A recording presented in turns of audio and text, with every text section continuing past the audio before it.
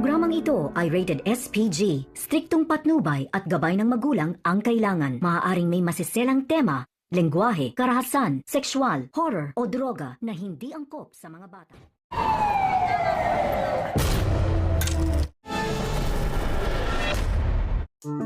Tuluyan na ngang nilamon at winasak ng galit itong si Rigor matapos ngang hindi mahuli si Tanggol at Ramon ng mga kapulisan at tanging si Enteng lamang ang nakitang bangkay na naroroon.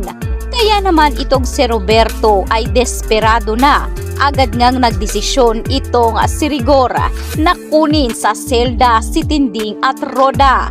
Doon ay pahihirapan nga nila at pipilitin nilang paaminin kung saan nga nagtatago si Tanggol.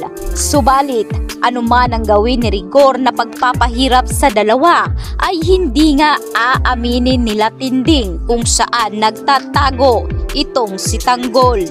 Sa kabilang banda naman, narinig ni Mando ang pag-uusap nitong si Vice Mayor Roberto at Rigor na iligpit na umano kung hindi magsasalita.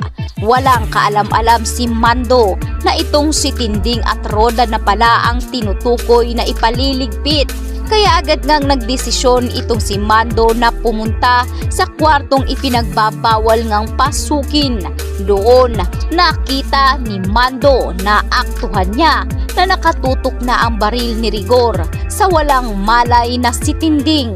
Dito agad inawat ni Mando ang kanyang kaibigan at sinabing maghulos dili ito.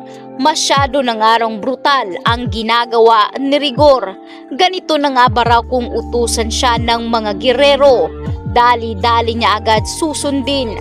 Dapat umano ay pag-isipan ni Rigor mabuti at huwag itong padalos-dalos. Subalit si Rigor ay pinaninindigan niya na wala na siyang pakialam kung siya man ang hepe ngayon ng NLEA. Kaya niya umanong talikuran ang pagiging pulis. Total naman daw umano ay wala na nga siyang pamilya pang mauuwian. Sa pagkakataong ito ay tanging gusto na lamang ni Rigor ay mailigpit na si Tanggol sa lalong madaling panahon. Lalong-lalo na ang ama nitong si Ramon. Gagawin umano ni Rigor ang lahat para maitumba si Tanggol. Kaya itong si Mando ay napailing na lamang. Subalit nakikiusap ngayon itong si Mando na wag umanong ilagay ni Rigor sa kanyang mga kamay ang batas dahil siguradong hahantingin siya ng mga kapulisan at alam ni Rigor kung ano ang kahihinatnan ng kanyang mga susunod na gagawin. Kaya naman tila nahimasmasan itong si Rigor at agad itong umalis. Iniwan si Mando, kaya itong si Mando ay naawa kay Tinding at Roda. Sinabi nga nitong si Tinding kay Mando na napakawalang hiya umano ng kanilang hepe. Nilamon na rin ito ng katarantaduhan umano ng mga gerero.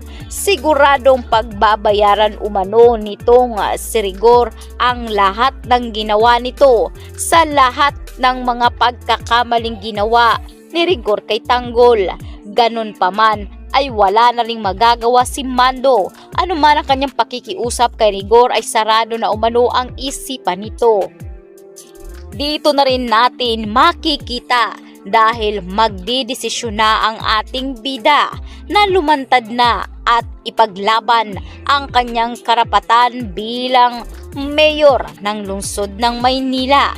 Kasama ni Tanggol ang lahat ng kanyang mga kaalyado, taong bayan at mga iilang pulis na naniniwala sa platapormang gagawin ni Tanggol na babaguhin niya ang Maynila.